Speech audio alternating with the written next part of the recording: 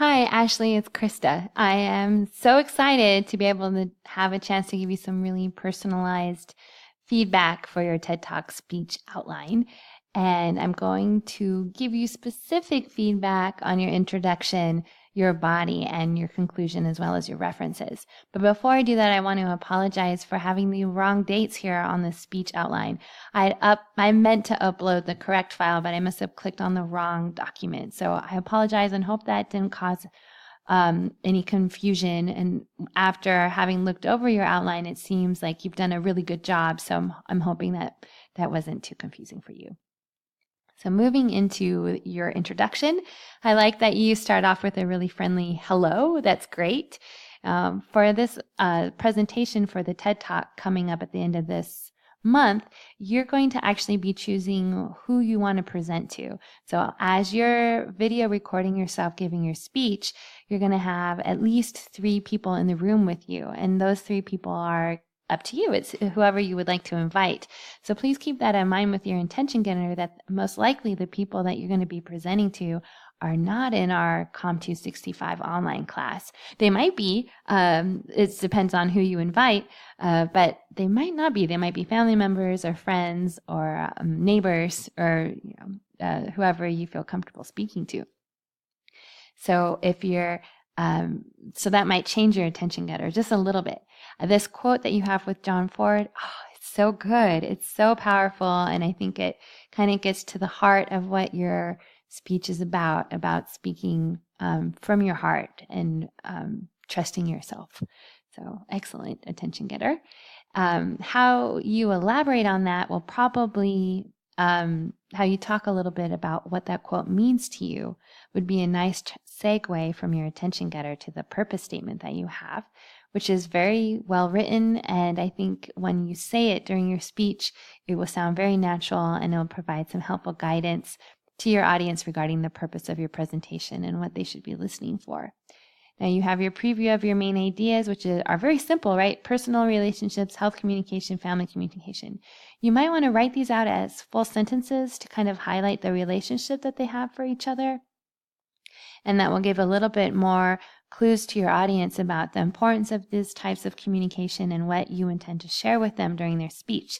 So this presentation is really only 5 to 7 minutes long. It's not that long. And you've chosen a lot to talk about. So you're the artist of this speech. So this is your art. And I trust that you're going to come up with a wonderful presentation that clearly gets to the heart of your message for your audience. So the feedback that I'm giving to you, some of it is assignment specific and there's not that much flexibility with it, but some of it, like the one I'm about to give you, is just an idea. And I hope it doesn't, it's nothing more than something that maybe spark an inspiration in you and help you to clarify if this is the speech that you're wanting, just to help give you some ideas is basically all that it is, some friendly guidance, some friendly help. But so these topics really, it's a 5 to 7 minute long speech. You could give a speech, 5 to 7 minute long speech on each one of these topics by themselves and still leave so much unsaid. Like you could get a whole degree in this area. So I'm not sure. And again, it goes back to what it is that you want to communicate to your audience. But I might recommend just choosing one of these for your speech so that you can kind of explore it a little deeper than what we've done in class already and kind of get to a body of knowledge and kind of share a little bit more richness, do some more investigating in the topic than what we've already done. But that would just be my suggestion, and whatever you do, again, I'm sure will be great. So, but keep that in mind. I was trying to remember what your goals were at the end of the semester, and so I went back to that first reflection document that you submitted, right at the start of class. So I think this will probably look familiar to you, but it seems like we've done a lot since then, so it might be a reminder too. But these are your initial ideas about what communication is and what it means to you at the very start of class before we learned much, before we have gone into detail about these different types of communication. and you identified 3 goals for yourself. One of them was to build trust in yourself and self-confidence, self-esteem. And then another was to improve relationship building.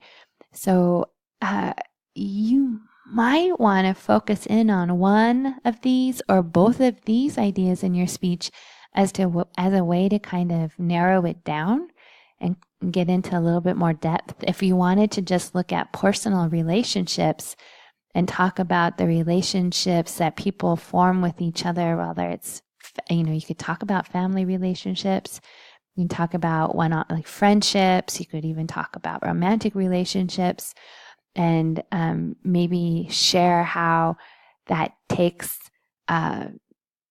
in order to build that intimacy, it does take self-disclosure and feeling comfortable in your own skin. That way, you can really share who you are with somebody else. But, again, I wish you were here and we could just talk with each other and have that conversation kind of brainstorm and develop as it would if we were having a conversation. But just some ideas, because these are really broad. And when you're doing your research, you can only get into a little tiny little bit.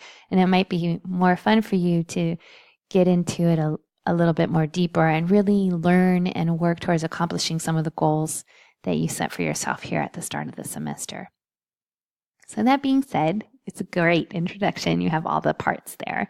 And the body, you have 3 solid, very distinct main ideas. And I can tell that you've started doing your research and have been really thoughtful about including the material that you want to share with your audience to help increase their understanding of that area of communication and what you think is important.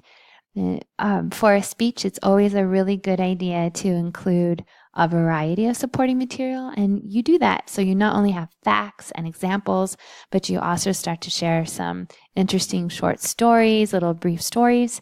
If you're looking at ways to add even more variety, you can share a personal story or even jokes or something that communicates to your audience, brings into your speech your personality a little bit, your own style.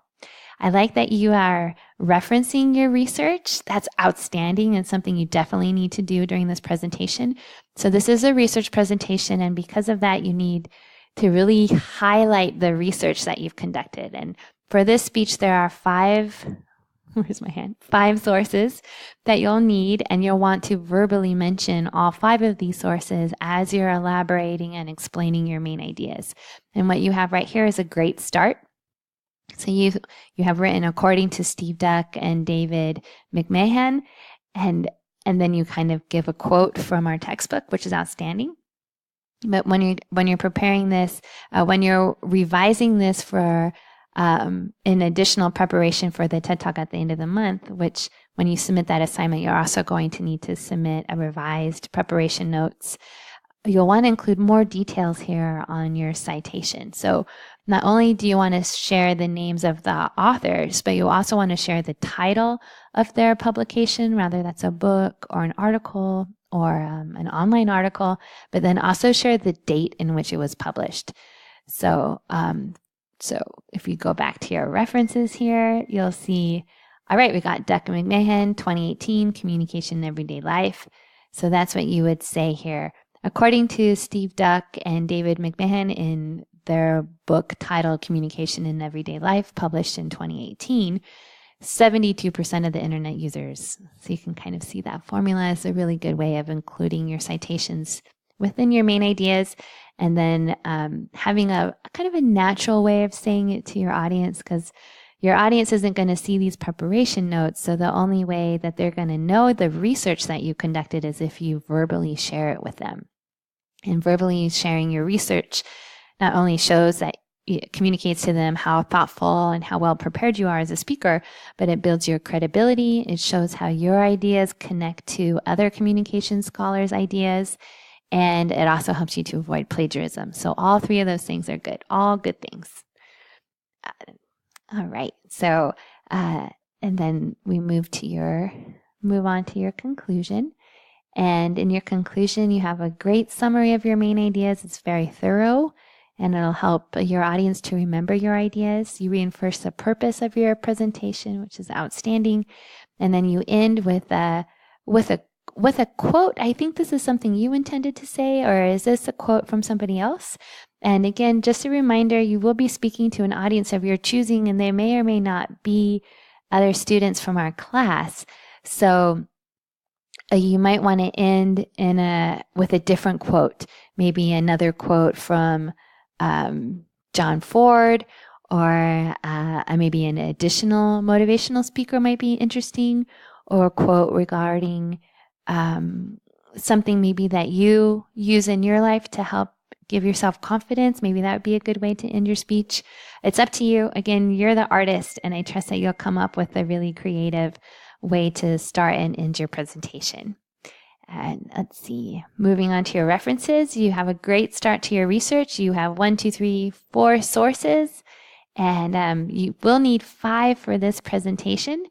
You're most of the way there, and you want to just keep, looks like you have, you're using APA format for most of these sources. This one here might need a little tweaking, and you're going to want to list them in alphabetical order, which you have. So you just need that one more source and you'll be on your way.